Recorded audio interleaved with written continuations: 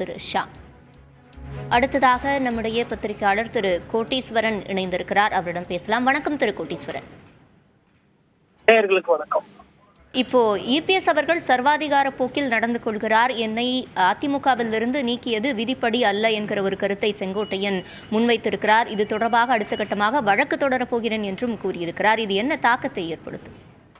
Already AIADMK விவகாரத்துல நிறைய வழக்குகள் வழக்காடு மன்றத்துல நிலுவையில் இருக்கு.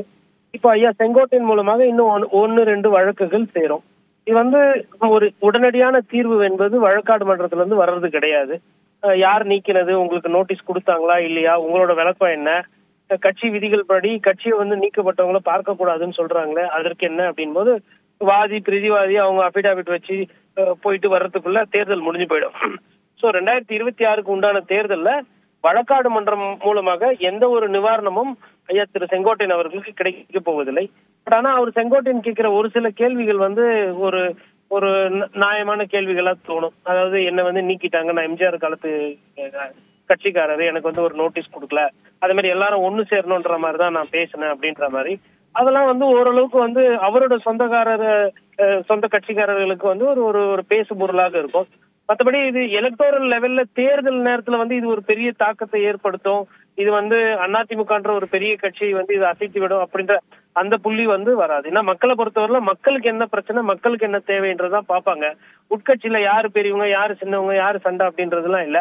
யாரு பிரச்சாரம் மக்கள் சார்ந்து பிரச்சாரம் பண்ண போறாங்கன்றதுதான் அவங்களுக்கு ரொம்ப முக்கியம். பொதுவா ஆளுகின்ற அரசு எதுவோ அதை எதிர்த்து என்ன வைக்கிறாங்கன்றதான். பட் இது உட்கட்சி பிரச்சனைகள். உட்கட்சி பிரச்சனை மக்களிடம் பெருசா எடுபடாது.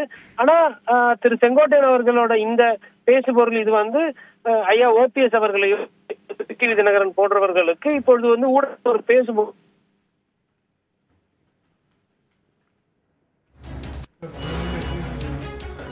அதிமுகவை ஒன்றிணைப்பதற்கே ஓபிஎஸ் டிடிவி தினகரனை நான் சந்தித்தேன், ஆனால் என்னை அதிமுகவிலிருந்து நீக்கியது வேதனை அளிக்கிறது என்று செங்கோட்டையன் பேட்டியளித்திருக்கிறார். அது மட்டுமல்லாமல் தன்னை அதிமுகவிலிருந்து நீக்கியது விதிப்படி அல்ல என்றும் குறைந்தபட்சம் அவருக்கு ஒரு நோட்டீஸாவது அனுப்பியிருக்க வேண்டும் என்ற கருத்தினை அவர் முன்வைத்திருக்கிறார். அடுத்த கட்டமாக தன்னுடைய நீக்கத்தை எதிர்த்து வழக்கு தொடர உள்ளதாகவும் அவர் கூறியிருக்கிறார்.